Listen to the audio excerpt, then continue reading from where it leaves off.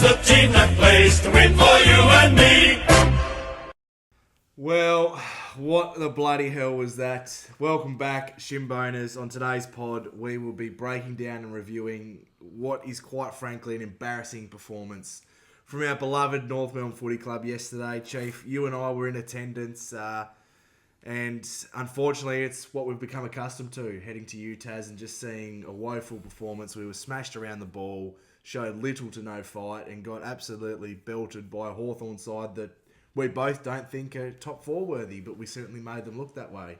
Yes, we did. Very disappointing, and my voice has gone a little bit, and it's not through yelling so much. It was gone about yesterday morning, so I had to carry a sore throat into the game, so I wasn't as vocal as normal, but by about quarter time, we were 20 points down, and I said to you, well, if we play like this, we'll lose by 80.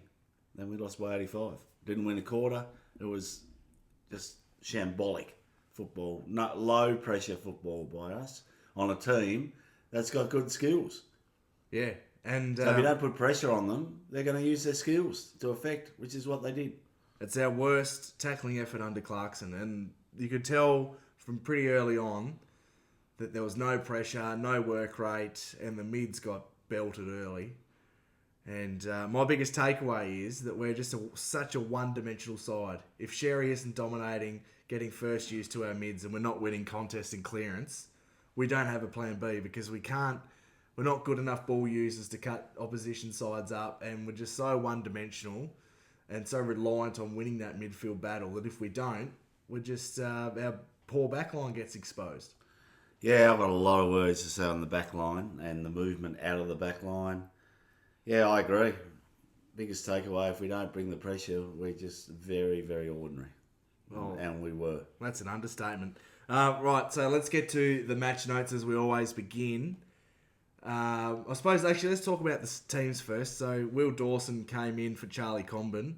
JD got up and played, although he looked severely sore yesterday, didn't he, from our vantage point? Yeah, there was one time, probably didn't show on the TV, he was crouched down for about a minute in the centre square, and I thought he was going to go off. But he soldiered on, but he couldn't cover the ground. He took one good contested mark sort of on the wing near us, and that was about it for the day for him. It was. And they took a good one in the goal square, and they didn't pay advantage, so they made Larky snap it round the corner. So it's hard to tell why it wasn't paid advantage live, but he'd have had a shot from 5 metres out dead in front. But Silver's good enough to kick it, so I suppose all's well that ends well on that little episode of the game, but not much went well for us yesterday. No, it didn't. And let's get to the first quarter. Hawthorn kicked 5 goals, 5. We kicked 2 goals, 3. I thought my man Foss, he set the tone with about the only good defensive effort in the first quarter. He hit a Jai Simpkin-like spear tackle within the first minute, and I thought, well, he's on. Yep. Unfortunately, our leaders didn't share the same intensity as he did. And then that Hawthorn free kick that they got, the reversal, I've watched it back. That's one of the worst free kicks I've ever seen. That happens 100 times a game. Someone just checks. And I don't want to... I saw some people online criticising Jai, which was really frustrating because he's doing what he should be doing. He's trying to create some space for X, doing the unselfish stuff. Yeah. He hasn't put a bit of work on him. He hasn't belted him in the guts. Oh, it happens 100 times a game. And the umpire picks one out. We were running free with the ball. The game was still well and truly alive then. It was in the first 2 minutes. Yeah, there hadn't been a score. And it just kills us, that reversal. But let's get into the nitty-gritty negatives. And we just got killed, as I said, in stoppage and clearance, but then also on transition and I think work rate. Hawthorn constantly going from front to back, getting out the back. And it was just far too easy. And they really should have kicked probably 8 goals in that first quarter. They squandered some chances that they would usually kick. Well, they had 5 straight early, and then, they missed their next few shots. They hardly missed a set shot all day, the Hawks. They were elite. On the boundary, Charles, I've never seen him kick so straight. Anyway, we're on the first quarter.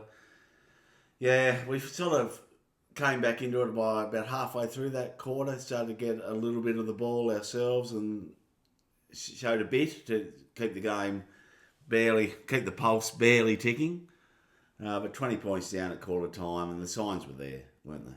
Of course, absolutely they were. But there was some positives in the first quarter. So I thought Finn O'Sullivan, I said to you, he's had a good game at quarter time and he'd had one touch. You had him best on ground for us. Yeah, but it was more so the defensive side of his game that I really liked. Getting spoils in, little touch, and then obviously the tackling work as well. So I'm really happy with him. And in big losses like that, you definitely don't look to the 18-year-olds either. So I thought he was in one of our best. He'll go close to featuring when it comes to the Basti. I thought he was pretty solid.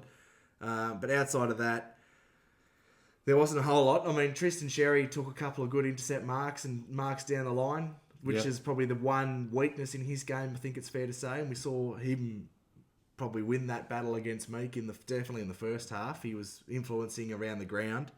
LDU, he had a shocking turnover, which we'll get to in the negatives, but a couple of minutes later, he had a great clearance where he bursted out the front and hit Zerha on the chest. Unfortunately, he wasn't able to convert. But LDU definitely had great patches of the game where he was bursting out of stoppage and running and carrying rather than sort of panicking and dump kicking as we've seen in previous games. That's the only time we looked really good for the whole game was when he was doing that, LDU. Well, I think he's the only mid who can hold that head high yesterday. Yeah, okay. Well, I think, you don't count X as a mid, do you? Well, I'm talking proper midfielders. Yeah. Gee, proper. The ruckman, it all starts in the ruck. Yes, but I'm talking traditional midfielders. He's not a midfielder, he's a ruckman. Yeah, okay. I think Stevie Hardiman had a really good moment where our ball movement was so static out of the back line, and they found him about 55 out from their goal, and he marked it and just turned and went straight away, and it just opened the whole game up, flow for us, one-on-ones, and I think that I'm testing my memory, but that may have resulted in the Fishy goal. Yeah, it did. I'm pretty sure. That was, for me, that was outside of LDU's explosiveness out of the clearances. I think that was the best part of the day. And that was right in front of us. One of about three. Yeah, no, he didn't get much of the ball. I think he only had about 4 possessions. He had 5, I couldn't believe it. Yeah, well, I could because I didn't see him. That's the only real memory I have of him. But yeah, they went to him and he just turned and went onto his left and kicked it about 55 to hit a target down the line. And we got a goal out of it. Hawthorn did that all day. That's about the only time we did it. Yeah, and that was very much long down the line to kick it to a poor 191 centimetre Jack Darling. Yeah. And Nick Larkey, and that's not his go. But I actually wanted to raise this as my biggest takeaway. It's just come to me again. But I'm putting out a petition to anyone who has any contacts. For God's sake, can someone get the boys a boot sponsor with some long stops in it? How many times did our mids or actually just the side in general fall over? It was so frustrating. And at least 15. I reckon this is the 4th time I brought it up on the pod, and I love this kid. But for God's sake, someone get Tommy Power some long stops. I reckon he fell over 5 times yesterday. And how many times did the Hawks fall over? None. Yeah, exactly. So I was going to put the boot starter on the watch list. Yeah. But I'll tell you a reason. That was going to be my biggest takeaway, but I think it's more a football thing, the biggest takeaway. But yeah, for God's sake, what is going on? They slip over all the time. I'll tell you why Hawthorn didn't slip over. Because there was no pressure on the ball. There was no opportunity for them for their footing to slip out. Well, slipping over just trying to change direction though, not with and without the ball. Mm. So it's the shoes. Has to be. Or technique. Well, it's one of the two. But as you mentioned, that Hardiman turn and go was fantastic. It was similar to, you said to me, Paul Curtis, how he just gets it, except he actually hit a target as big PC. As great as he is, he's a bit shaky in some of his inside 50 kicks. But it ended up being the Fisher goal, which we'll get to him a bit later on. I'm sure there's some strong comments in terms of Zach Fisher's game, particularly in the second half. But yeah, we got smashed down the middle. LDU had a shocking turnover late, didn't he? Like, what's he doing?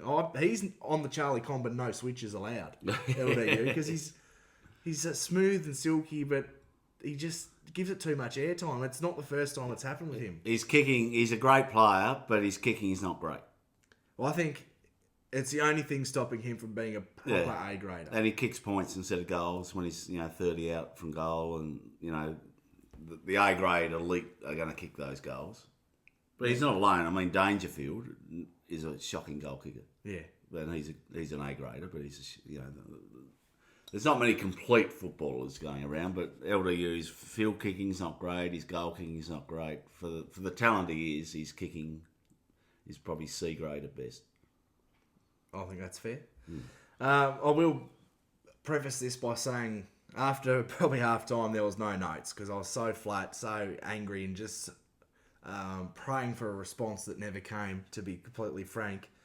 But some notes from the second quarter, the players couldn't lay a tackle. There were some really poor efforts in there as well by some individuals.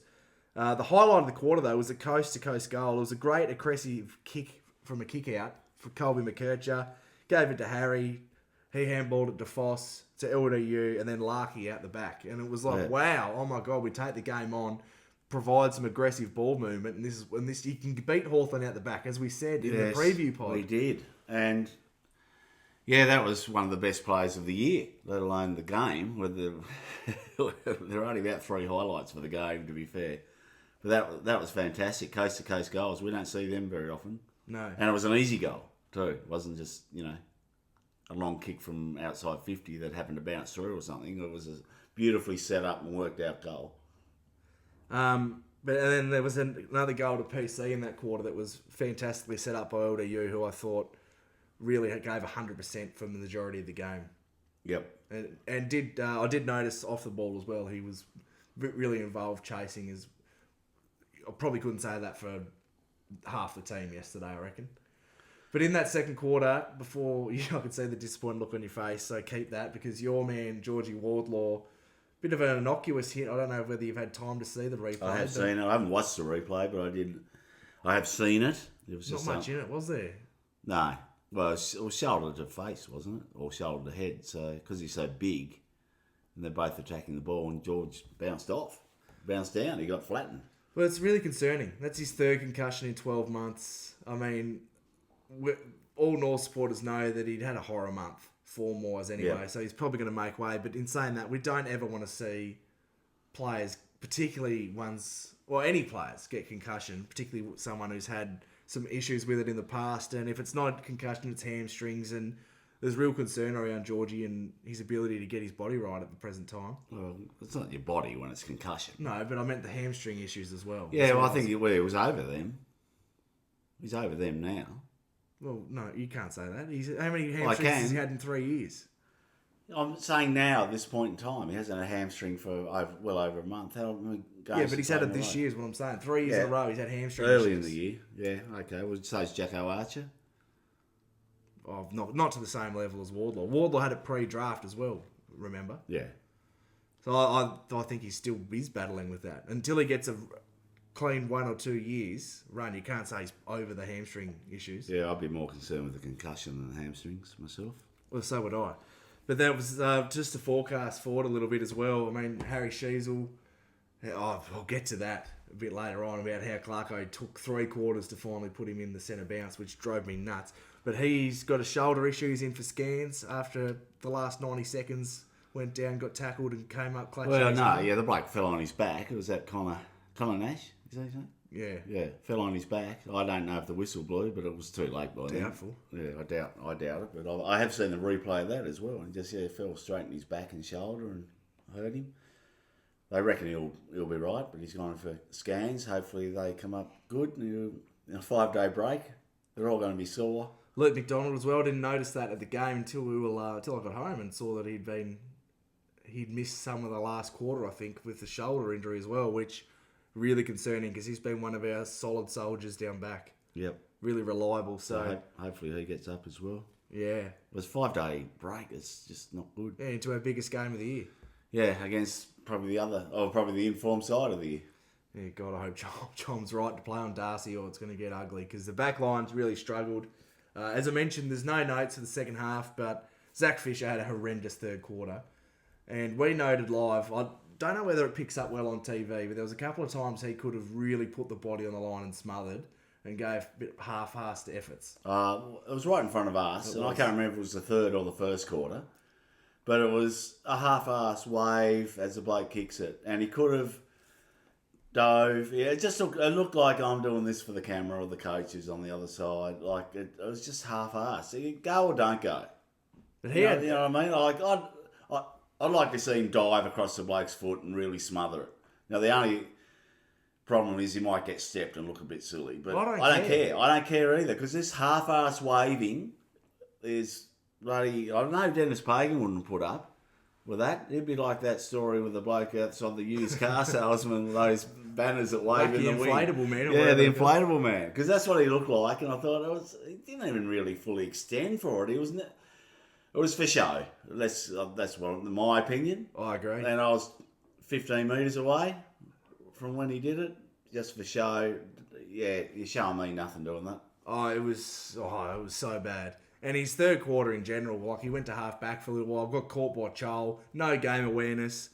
No talking from CD, he was next to him. Well, we'll talk about him a bit later on too, because talk about stats inflating performance. Yeah, anyway, let's talk about the tackling. Because are you finished on your notes? Like the tackling, where were we sheepdogs? We were just corralling. No one went in for a tackle. It had to be a coaching direction. Had to be. Either that or they're just too freaking lazy or scared of being stepped. I don't care if you step though. Have a freaking crack. We're getting smashed around the ball. I know. Well, they're worried about their ball use, but the thing is they corralled and they didn't put any pressure on the bloke kicking, so he still hit the bloody target on the lead. So it did nothing. They're corralling, but too far off, 4 or 5 metres off the player. I don't know. So there's no pressure on the kick. It drove me insane. They did it all game.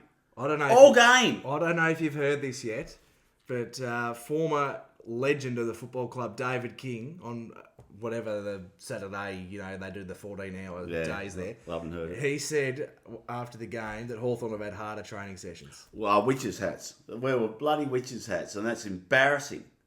And they're leading into the 100-game celebration with that sort of lead in. And then now they've got a 5-day break with a few banged up. It shits me. And I'm sick of every time they play at UTAS, it's this embarrassing shit. And you've got to sit there with 14,000 Hawthorn idiots around you.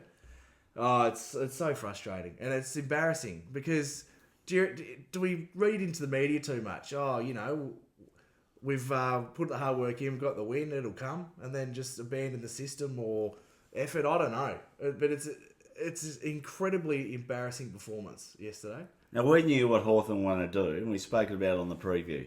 If they get it to the outside, they're going to switch it. They're going to move it to the fat side of the ground, if you like. And our bloody little piss-weak corralling didn't stop their kicking. And then it became Chinese checkers. One over the top, leapfrog, whatever you want to call it. We spoke about this last year, remember? You heard of Chinese checkers. But leapfrog, we're outnumbered. So it's just use over. They get it on the boundary line, then they kick the goal. Yeah. I mean, it was just...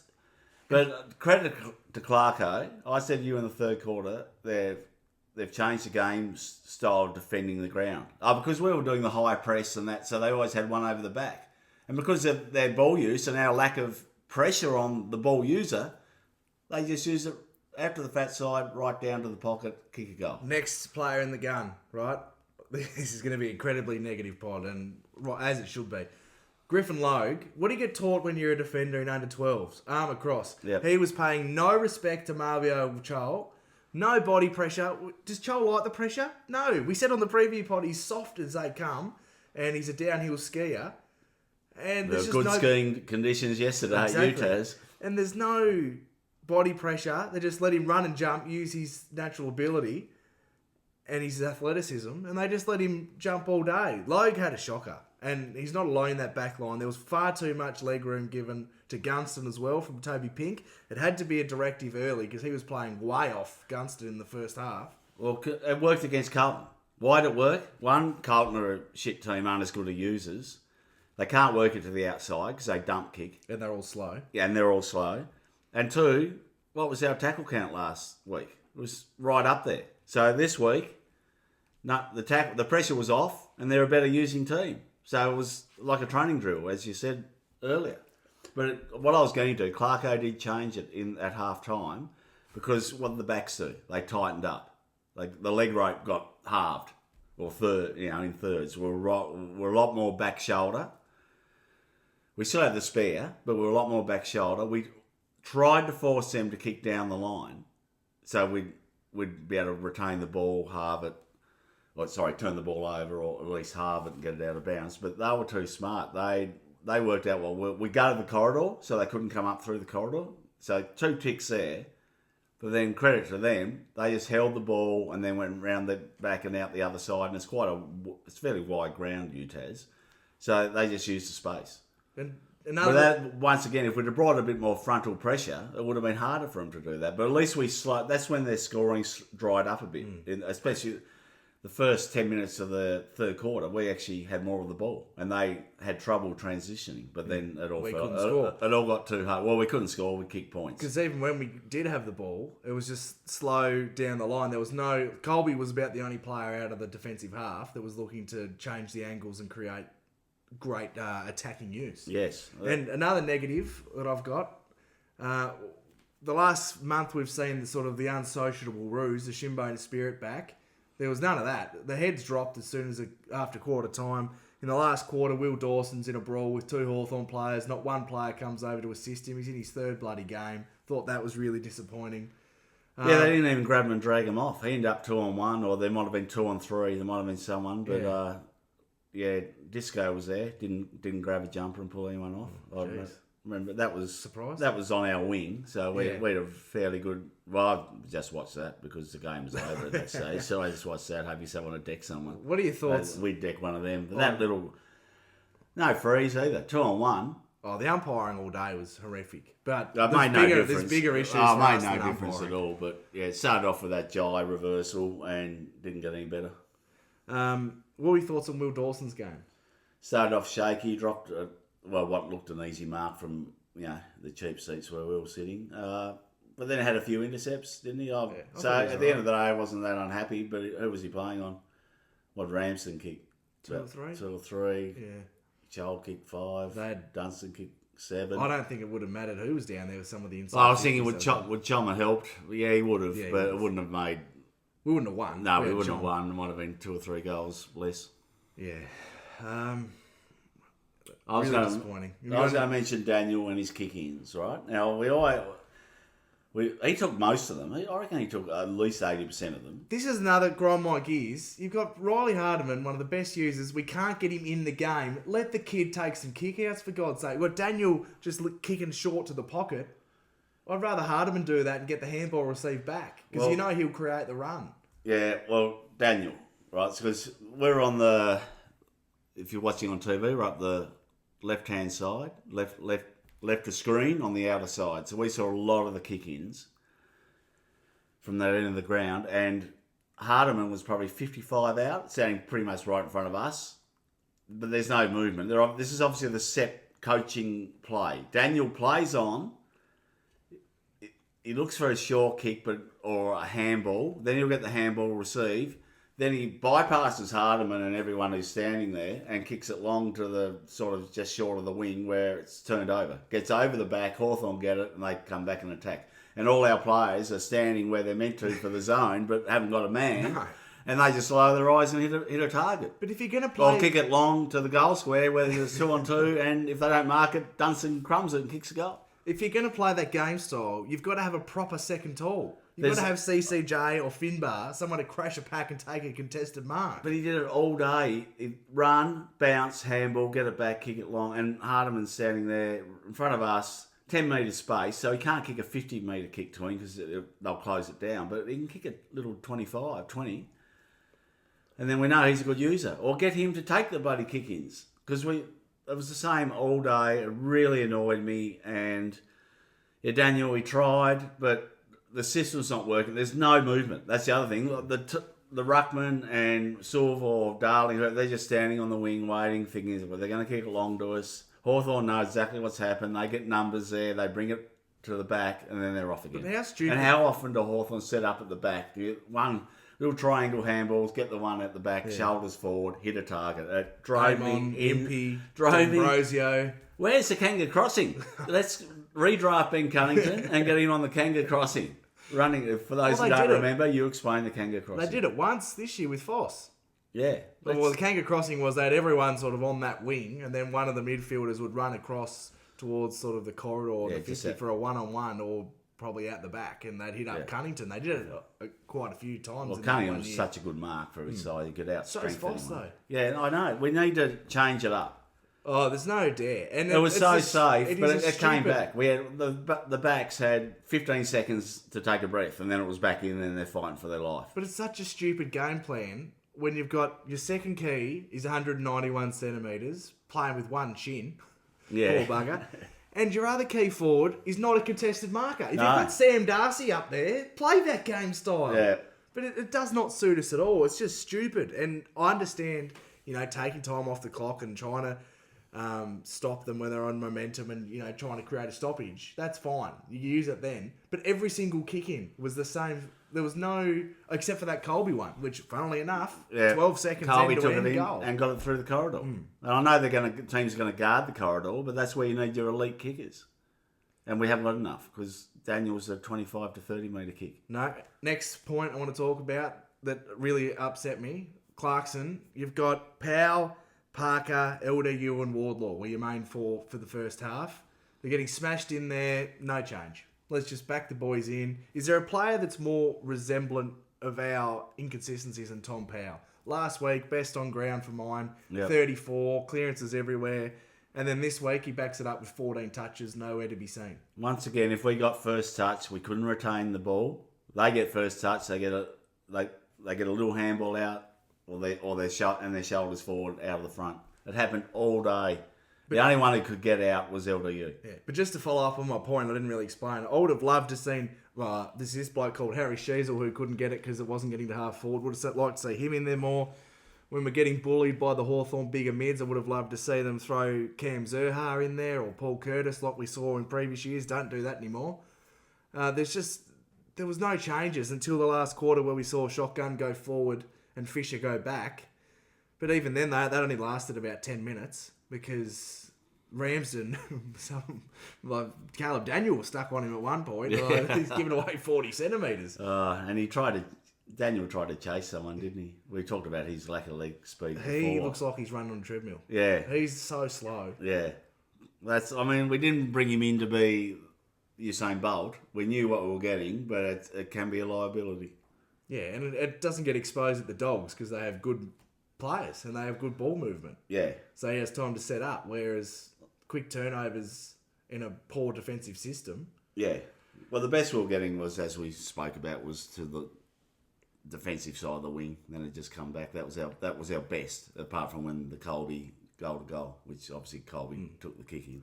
But just to put a bow on all the negatives, because there are some positives to take out of the game that we'll get to. We're trying to remain semi-balanced, but I've seen comments online of people saying, it's only one bad game, let's not get caught up, rah. Well, the thing that really annoyed me is you can get outplayed by a better team, but the ease in which we were outworked yesterday was really upsetting to see live. Yeah, and it just shows, you said it in the beginning of the pod, if we can't win the clearances, we're cooked, because that protects our back line so they can set up and be aggressive and play a high pressing sort of defence, but that doesn't work against good users. And we said that when we beat Carlton, we said, well, that won't work against a Collingwood or a Bulldogs. And we've got Bulldogs next week. It clearly didn't work yesterday, and we're going to find it won't work against the Bulldogs. And they've got the ultimate get-out kick to kick it to a giant in the forward line. Yeah, but it's not just a giant; he can actually play. If Ramsden kicks 3,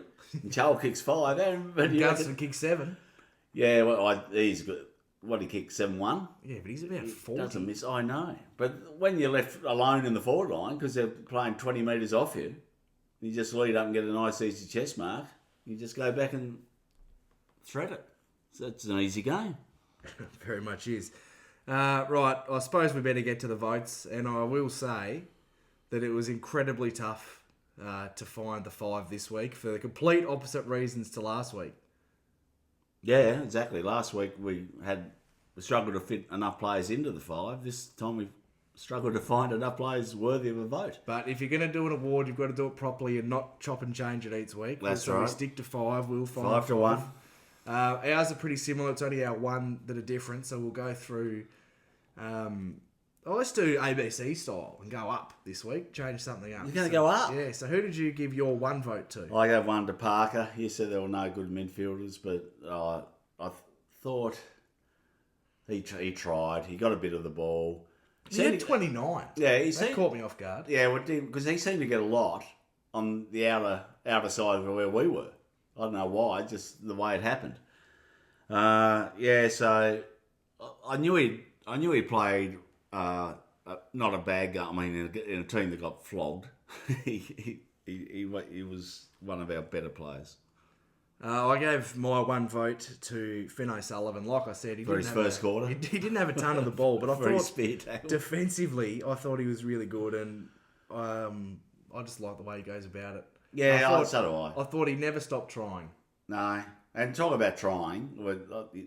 He's not going to feature in the votes, but Jai tries. He does. You can see him. He puts his body on the line, his head over the ball, and tries. He only had about 14, didn't he? He's one of the... He had 16. But he did play a lot on... 16, did he? Well, Harry only had 20, and that just shows that when you can't win the ball out, the high half forwards struggle to get involved. Oh, exactly. And that's where Jai was most of the time, there or the wing. So, anyway, 2 I gave to... Well, they're all the same. Oh, they're all the same now, so they're identical. So, number 2, I'll go 2. You can have the odds. 2 I gave to X. I thought he battled hard. 5 marks for the game, which is above his normal output. Battled hard. Only the 3 tackles, but that's because Hawthorn was so slick and he couldn't follow up. No, and he seemed to... his follow-up was there, but he just couldn't quite get to them. He was trying to follow them up. And, good battle in the ruck. It was probably a draw. I think that's fair. He had 18 touches, 30-odd hit-outs, and the 5 clearances. He didn't get his big spoils for the behind because they kept making the bloody distance. Like, the amount of goals they kicked from around the 50 that cleared the line. But anyway, that's good football. Good goal kicking is good football. So I'll credit them for that. And I'll credit our sheepdog corralling for letting him have lots of shots. Don't start me. The 3 votes. We're getting negative here in the Basti. Yeah, sorry. The 3 votes. You didn't even introduce it properly. That's how down you are. Most of you throw to me. I'm flat. The 3 votes we both gave to Luke Davies-Uniacke. He had 28. He was the only reason we really looked like scoring was when he was bursting out of the midfield. Had some poor turnovers, but I thought he tried. He had 10 clearances for the day as well. Was clearly our best mid on a dirty day for the club, so he got the 3 votes. Yeah, he was close to the 4 for me. It was a bit of a toss-up, but we looked the best when he had the ball bursting. Agreed? Agreed. Who did we give 4 to? But he was in a midfield that was badly beaten, which should have won the battle. I go 4 to Colby. Just a lot of possessions. Took the game on. Had some turnovers. You can cop that, though. What's the alternative? Go long down the line and it comes back anyway. Exactly. So I'm happy to take that. He had some really elite use as well to go with a few turnovers, and you've got to take it on. The pressure's on. We're too stagnant. There's not enough movement in our team. I discussed that with Dad doing the kick-ins. They're all just standing in their spot. But yeah, I thought he was one who showed the dare to come out and good ball use. Generally, a couple of turnovers, but every player has turnovers. And the one I'll speak of, I know it's Sebastian, we're not trying to be negative. Oh, jeez. You know what I'm talking about? No. It was sort of in front of us. We didn't know how much time to go but it was late in the second, and he's done an outside of the left foot off, pass to Harry, who was set up in the middle beautifully, and it missed him by about half a metre, I reckon. And so they got the turnover, end up to Gunston, siren blows. So obviously when he had the ball, he must have known there was less than 30 seconds. You'd like to think so, even though the bench where they hold the signs up is the other side. You think as a professional team, that message should be passed. And right in front of us, he had Stevens on his own for a 20-metre kick. Well, I'd much prefer at that stage that you take that. And, it cost us a goal right on half-time. But, he missed the kick by less than half a metre, I reckon. Just that Harry, in the corridor, he had 2 either side of him, and they got to the ball. But the other thing was, Harry really had nothing. I think he was the deepest forward at that stage. So he's in the centre. He would have had to hold it and wait for things to open up anyway. So he probably wouldn't have got a score. No, that's fair enough. But that's a bit negative for the Bestie. Sorry, but I forgot. had that in my rundown, but I forgot to mention it. And the perfect 10. Well, the biggest indicator here is who beat that man, and this man certainly did. We've been harsh on him throughout the year. Yep. But we've both given him best on ground. Is Nick Larkey. 14 disposals, 7 marks, 9 score involvements. He kicked 5 goals, 3. If you listen to the preview pod, I've pretty much told you that he would beat Barras if Barras was on him, and he did. So, well done, Sorv. Good to see him back involved. Still missed some gettable shots. Probably should have had 6 or 7. I think he should have had 7. He missed probably 2 that you'd like to think he kicked 95% of the time. But and I thought he contested pretty well. He brought the ball to ground when he had to. So, yeah, and he's probably the only player who beat their man. Colby probably did. Yeah, I don't know who he was playing on. The ball lived in their forward line. And LDU certainly had his moments, but as a midfield they were beaten. I couldn't find a backman who won. No. Just couldn't find one. Maybe if you play on a man, you can beat them rather than 20 metres off them. Corralling. That worked. Right, so having a look at the leaderboard in the Basti now. Tristan Sherry on 74 votes as the leader, and then it's an absolute logjam from there. Sheasel in second on 41, Parker on 39 in third, McKercher and LDU tied in fourth on 33, and then PC on 30. So it's very much a logjam from second to about ninth. Yep. Well, they won't finish top 10 in the most prestigious, won't they? But I'd like to see more be spoilt for choice like last week rather than having to find who played the least bad. Yeah. Speaking of positives, I thought Hanson Jr. looked good when he had ball in hand too. So persist with him. And why was he the sub? That shit me. Right. I don't know, but that probably leads us into the watch list. Yeah, the one you don't want to be on. Exactly. Right, the VFL, we'll segue into the VFL reserves. I watched a bit of it, didn't watch it all because I had other things on. Can't spend the whole day watching footy because I had to play golf in the morning as well. How'd that go? Did you win that? Or was it a dirty day all round? No, I would have made the cut if it was a tournament, but yeah, didn't win. Started off really well. First time was good, then fell away a bit. Anyway, Bailey Scott's in the VFL. Just plugging away. I don't see him getting recalled. Just for the listeners, the VFL were down 2 goals at three-quarter time and lost by 60. Yes. Sorry. Disgraceful. That. It was disgraceful. Griff Logue. Well, he's had 2 ticks in a row, but he's getting a cross this week. He forgot how to defend. He did have a really good moment in front of us. Do you remember that? Yes, I do. That was probably the first quarter. We charged at the ball, kept it in front of him. They came at him, kept it in front. I think it would end up out of bounds. So he took the ball probably 50 metres without actually getting a possession. Oh, that reminds me, on the wing in front of us as well, to touch back on a negative, PC got cleaned up by a bump. Not one bit of fight from the mids or anyone. Well, I suppose they're too busy trying to corral. Yeah. Right, who else is on the watch list? While we're on Logue, I think it was him, that little wizard came streaming. He had 1 CBA and kicked a goal. Do you remember? Oh, I remember. Yeah. It was about the first minute. Yeah, so he came streaming out of the centre, handball, missed, got the back and ran past, I think it was Griff. Apologies if it wasn't, but you're taking the heat for it because I'm pretty sure it was. Not one bit of body contact. No. I couldn't care if you decapitated him. I'm only half joking. You don't want to get suspended, but make him earn it. Bump him, flatten him, give him a free and soften him up. He just ran through from the centre to kick a goal from 30 out. No one touched him. What the hell's going on? Now, I know the sentiment he's beaten them because he's come out the front of the stoppage, but that loose ball, big Griff, put your elbow into his chest. Yeah, I agree. I don't care if you give away a free. Don't want you to take his head off, as I said, because you'll get 3 weeks for it.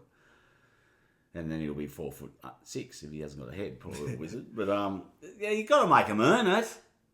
I agree. That's really disappointing. Well, I'll tell you what it was. It was a set-up for the day, wasn't it? Well, it set the tone of the day. He must have been corralling him. Oh. Didn't want to touch him. Right, who's next? I'm going to get too angry. Keep going. Okay. Sometimes I miss people, so I just got to... Larky. Well, he gets a big tick. He gets a tick. One of about 2 players who can hold his Cor's still injured. I think You put the merch photo up, so I'll give you a tick. Righto. You didn't wear the merch, but you wouldn't have seen it anyway because we were wearing puffer jackets. It was quite fresh, wasn't it? North Loyes won't get a chance. LDU gets a tick, and he had one from last week, so he's off. He went on 3 ticks in a row. He's off. We responded. That's what we want. That's what we want. The quickest off in the history of the watch list, I'd suggest. Callum Dawson played VFL, and I'll tell you what, from what I saw of the VFL, and I didn't see the whole game, he did go across. He did not much. You're on there. Your phone hasn't gone off. No, But anyway, I'm giving me a self a tick. and the boots started up. We won't put them on just yet, but no, leave it. You don't turn the page. We're not going through an 85-point loss, not adding anyone. no, fair enough. Zach Fisher, put him on. He was disgraceful yesterday. He was terrible. Didn't want to put his body on the line. Barely touched the pill. Kicked a nice goal. I'll give him that. That was a good finish. Probably goal of the day for us. That and PC's right in front of us. Yeah, we had a great look at that vision. And even that kick, which was from your man Cam, put him on the boundary. Yeah, he could have had him 10 metres inside. The kick, well, it was right in front of us, obviously, and he had plenty of space, and he made it as tough as he could for him. Not a good day for my man Cam, who, in some strange sort of game prep, jumped in the gorge, which for the listeners, it was foggy and freezing in the morning, and I reckon that water would have been definitely colder than an ice bath. Old Jason wouldn't have gone near it. Oh, no. God, You God, with no. me? You know Jason, which Jason I'm JHF, talking the about? Jason we don't talk about. So Fisher's on the watch list, and this could be controversial, but it's a bad day, and I've had enough. I'm putting Clarko back on the watch list. Well, he's graduated. He graduated. Earlier. He was the second one on for the year, and he's back on. He's back on because two-time. Anyone watched his press conference, he's trying to give the excuse, Hawthorn had their bye. You know, we've done a couple of weeks in WA. We've had a 7-day break from playing in Victoria last week. We've had a 40-minute flight, and you're going to try and use that.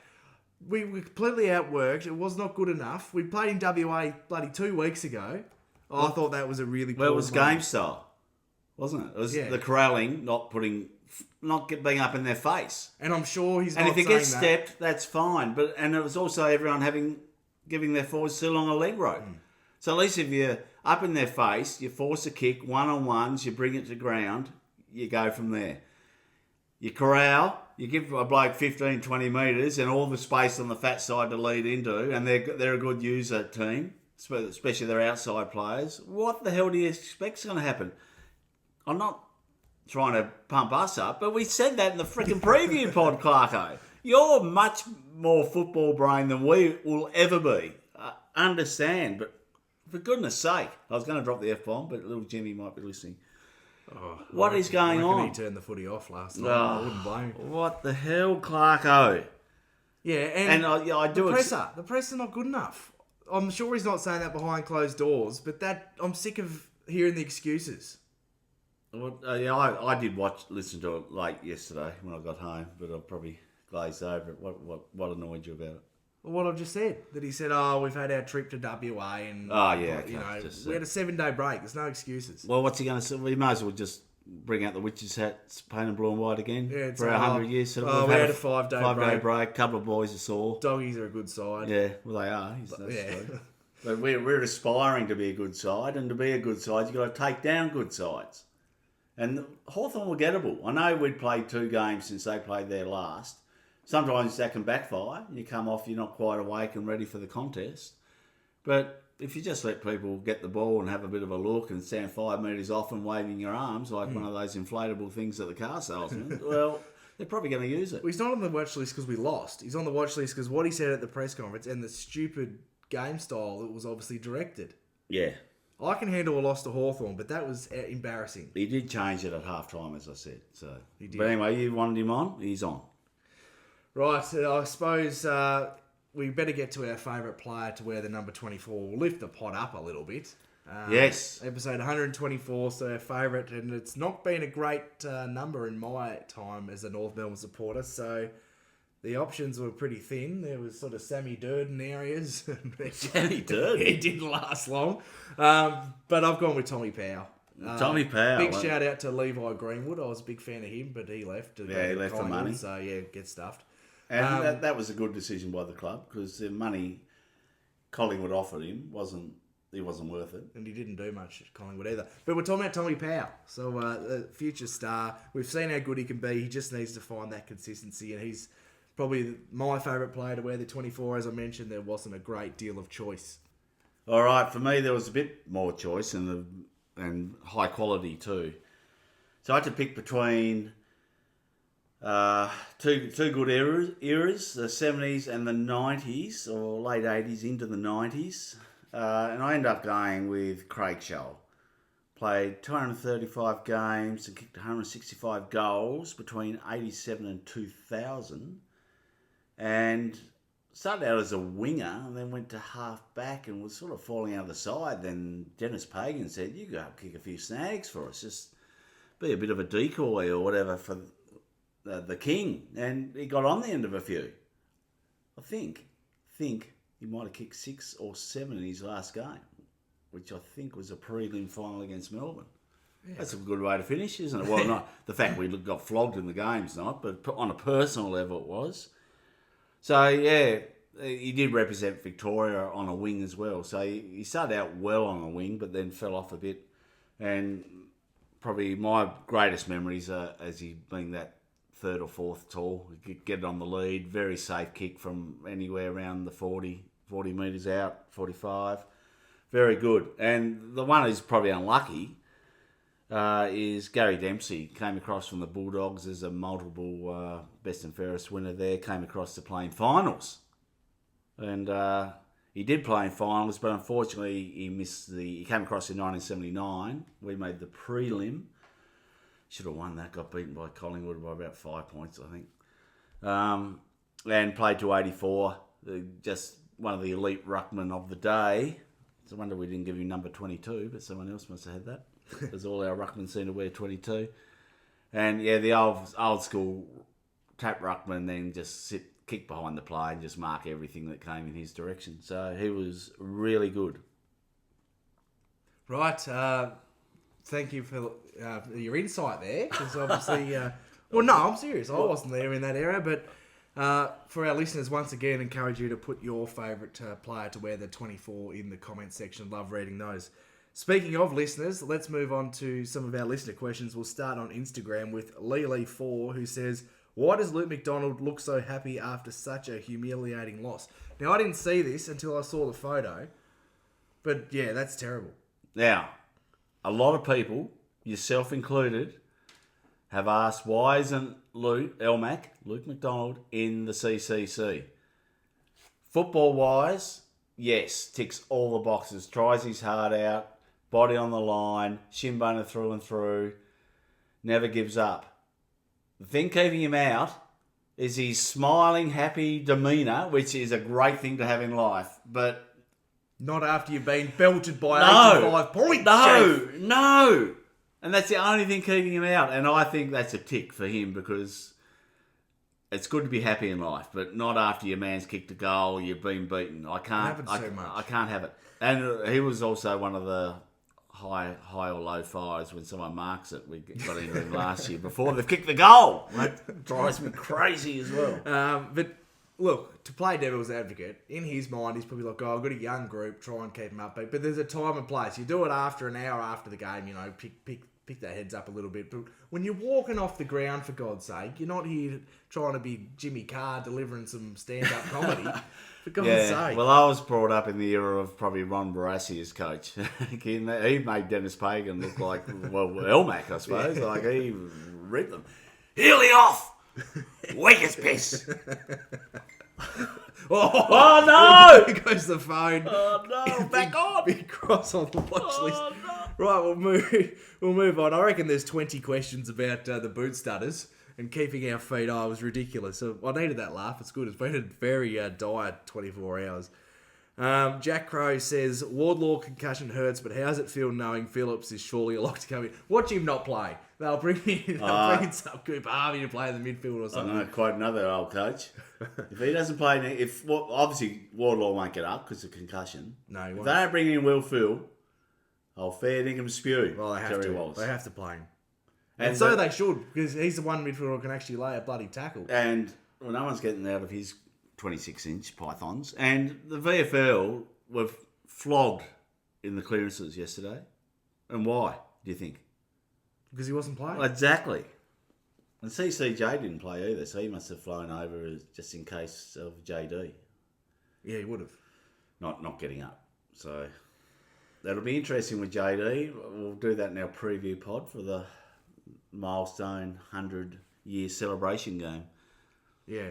Lyndon Kane has the next one who says, where does this rank as far as recent losses go? For me, it feels weirdly worse than others.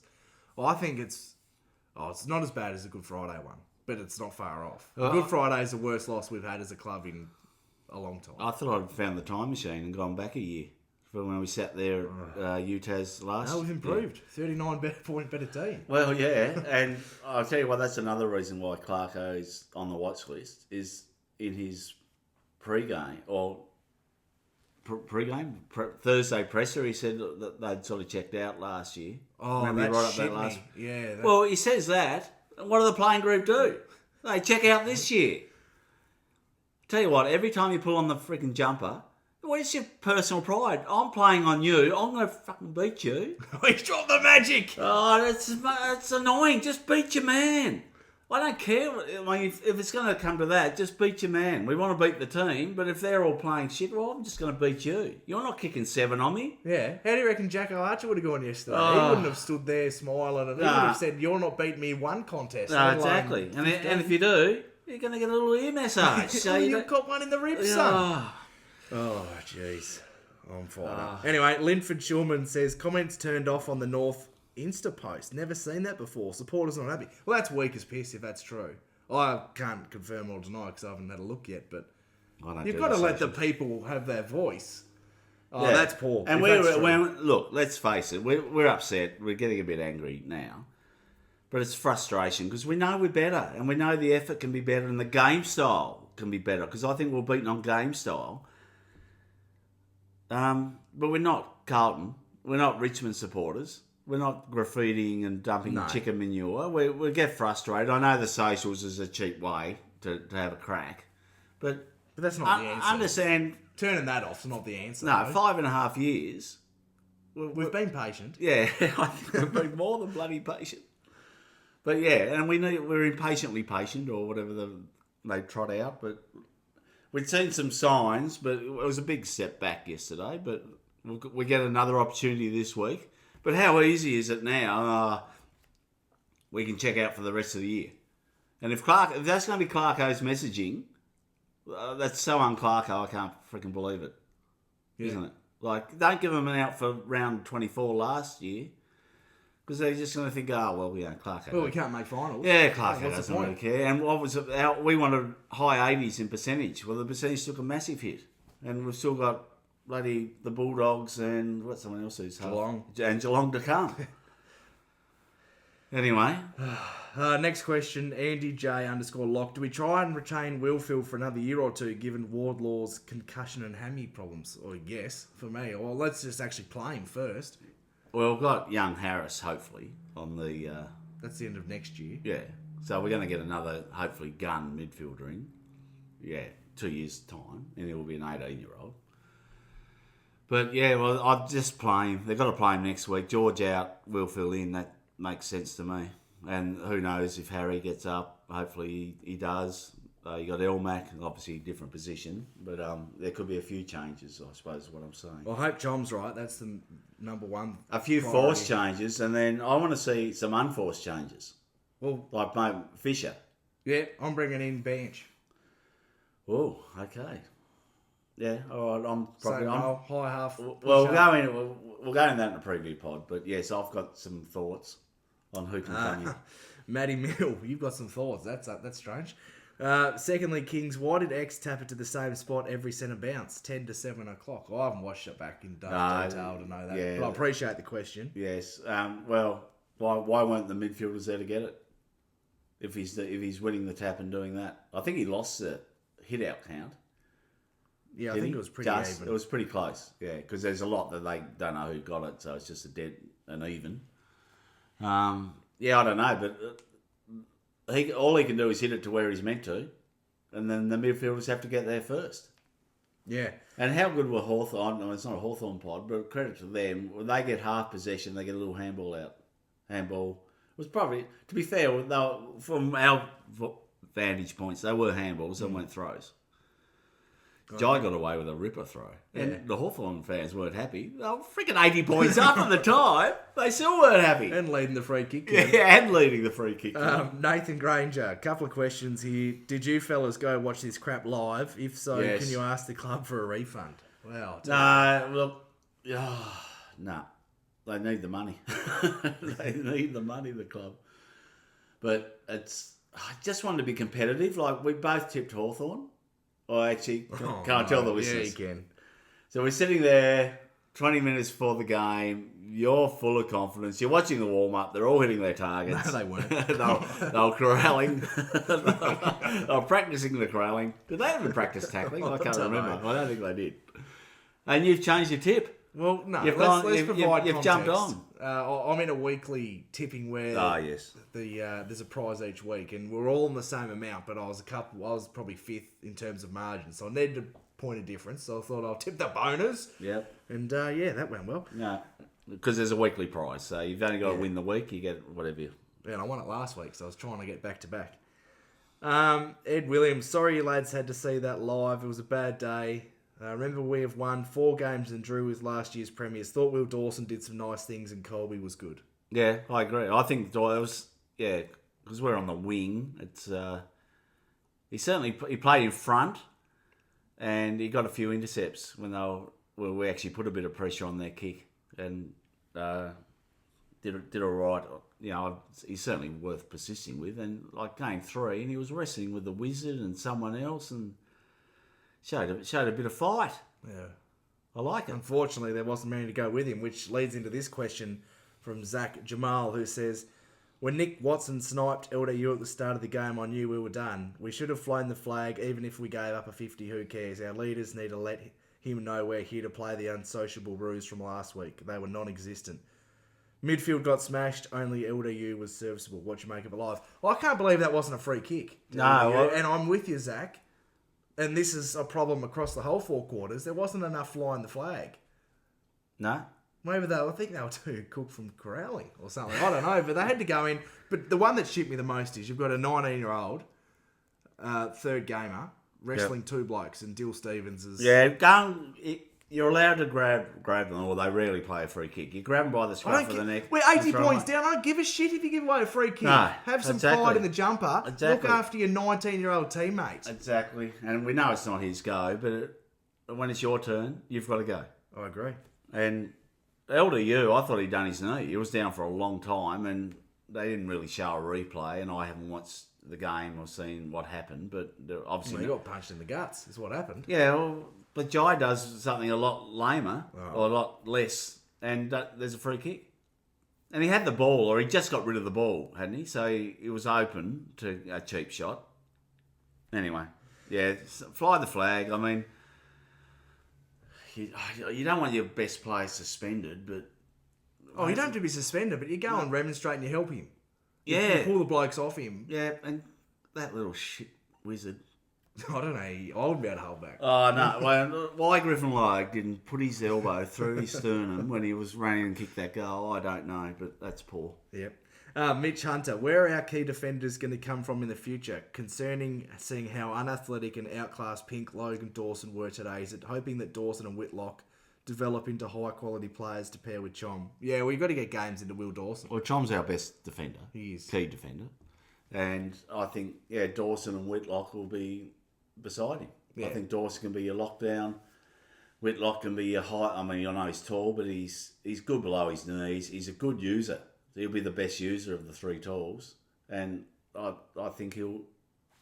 That's it, but they're 2 years off, probably. Yeah. And you talk about Toby Pink. We talk a lot about playing to expectation or over. He's been playing well over, and credit to him. He had a bad game, but the system of corralling did not help him. No, I'm not blaming him at all. If you're going to corral, that's fine, but let's instruct them to be back shoulder, not 15 metres off trying to get the intercept from the pressure kick. Because there's no pressure when you just stand 5 metres off waving your arms. If you're listening to this pod which you would be because we're talking. Yeah, and well, listening. if you're not listening, you wouldn't know. I reckon You're not missing anything. Send it to a mate and say, have a shot every time Big Chief says Crow. And they will be hammered. Like college drinking game, uni drinking game. Oh, geez, there'd be alcohol poisoning left, right and centre. Bo Hawkins next. Are Hawthorn better than I rate them, or do we just shit the bed against them? List versus list, I'm taking more of our players. That is a fantastic point. I agree. And I don't know, Sam Mitchell must have a point to prove, I think, every time he comes up against Clarko, because he beats him every time in the coach's box. Yeah, and you look at the top 10 picks, compare the pair, we're going to have more. I'm just doing it in my head now. We've got to have far more. But we look at that. It was system. They can have another shot when I say system because their system beat us. But you look, and he's exactly right with what he says, Bo. You look at their top 10 picks in the last couple of years. They've got Cam McKenzie, Josh Ward, all those sorts. And then you compare that to Sheasel, McKercher, Wardlaw, LDU. Yeah. The problem is that their experienced players are a lot better than ours. Yeah. And that key position players are a lot better. Yeah. Definitely down back, anyway. But how'd they get a lot? I mean, they took a few contested marks because Ramsden's 7 foot tall. Joel took probably 2 that I can remember, but most of them were on the lead.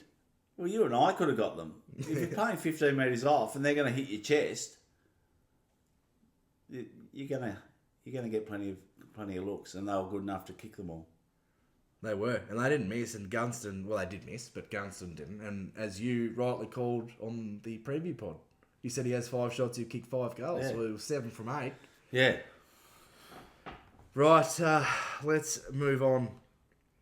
B on X says, how did we take Dersma, who we already have 14 of on our list, over Watson, who we have 0 on our list? Well, that's going to be the constant. And I'm bringing Dersma in next week. Yeah, well, that's one of my changes, I think. We'll do that in detail on the preview. But Watson, what would he done in our team yesterday? You put him in. You swap him for who was our small forward? Constanti. Yeah, he was lucky not to be on the watch list too. No, but I didn't know until I had a quick look. He kicked 1-2 because I said to you live he has done not much. But he did have a nice tackle, run-down tackle, got a free, and then kicked a point. He's good at That's that. he kicked 1-2, so obviously he had 3 shots. But yeah, he wasn't noticeable, was he? But take him out and put Wizard there, would Wizard have done much in our forward line? I mean, that's the thing. If you're getting the elite looks... I mean, he would be better than Constanti, but he wouldn't be the same player he is with Hawthorn. No, because he might have kicked 1 goal. Comes down to the system. Exactly. Brett Hay says, where are we at, honestly? 2's beaten by 60 points, 2. Intensity non-existent and physically bullied today. Well, in saying all that... The 2's were right in it. They were, like you said, 12 points down early in the 4th, and then they just get goal after goal after goal, which can happen. And they are on top of the ladder. And how's the VFL draw? That's the second time we've played them. Yeah. And they're on top. There's 35 teams in the league, and we've played them twice. They're top of the ladder. That's a good draw. Rue Tragic here says, our string of competitive performances all hinged on team defence. Great point. We were carrying some passengers. Was Wardlaw the better option over an informed Phillips? Looks like the last quarter versus the Blues was a big warning sign. There we go. Yeah. That's a great point. I will say, we've been incredibly negative, rightly so, but the 8-week stretch we put was really positive prior to that. And the disappointing thing isn't that we lost. It was that we were, as Kingy said, we were witches' hats. Yeah, and young developing teams, which we still are, even though you take our 3 senior players out from other clubs and the age would drop right off. So we're still a young developing team, and we've seen it through history. They have these moments where they get smashed. And it's just disappointing that it always seems to be when I go and sit in the stands. Pay your hard-earned money. Well, I don't really care about that as much. It was your first game, too, for the year, wasn't it? Yeah, because I missed the Brisbane one because I was in New Zealand, bro. Yeah, well, that was my 3rd, and I've seen 2 big losses. Yeah. And a win. Well, I think the Gold Coast game would have been better than what we saw yesterday. It definitely was, because we were right in it, Clarko. Yeah, right in it, yes. And he talks about being in the game 3/4 time. We were out of the game 3/4 into the first quarter. Well, I said it'll be 80 points, 20 points. how were they going to turn it around? We turned around for patches, but the patches we controlled, we couldn't score. A lot of them. We had probably three or maybe even 4 goals from really good ball use going forward. But what's that average to 1 1/4? You're not going to win many games with 1 1/4. No. But, big tick with Nick Larkey back in form. Just to put a positive note to end the pod, as we're about to. But good for him. Yeah, no, it's good to see him get some reward, and it would have been nice if he'd kicked 7-1 like Dunstan, because I think he could have. Gunston. Oh, Luke Dunstan. He's back from St Kilda 5 years ago. He'd have probably kicked 3. Well, he would have, he would have. Oh, jeez. And he was a butcher. So He was. he would have kicked 3-6. He was slow. Yeah. Oh, geez. Anyway. He would have had 25. Hello, Luke, if you're listening. Yeah, no doubt. Right, we might leave it there. As we said, lots to review after a really disappointing performance. Thanks to everyone who subscribed on whatever listening platform you are on. Please do if you haven't. I think about 80% of our listeners aren't subscribed. So thanks to everyone for supporting us by listening to us. But if you have time to subscribe, that would be fantastic. Merch pack still on offer. Yeah. Over on the U and the Tube. The U and the Tube. That's exactly right. We'll be back to preview a really special night for our club coming up this Thursday night. And if you're looking for a shining light, as Frog said in our group chat today, there's 49 days until the AFLW starts. Yes. We know we'll get wins there. Defending, undisputed champions of the world. They are. Thanks again for your support, guys. A really tough pod to record. Lots of negatives, but we've got to be authentic and call it how we see it. We praise them up. We were all over the Pink Pony Club last week, and not his best effort, but there was a tidal wave coming in his way, so none of the backs. He was trying to block a tsunami with an umbrella. That's what he was doing. He was. So anyway, the good thing, there's always next week, and it's only 5 days away. Well, 4 now. 5? 4. I don't know. I'm flustered. Right. Anyway, move on to the 100-year celebration. Kana Kangas. Talk soon, guys. Thanks for your support. Gurus! Good old North Melbourne, they're champions, you'll agree.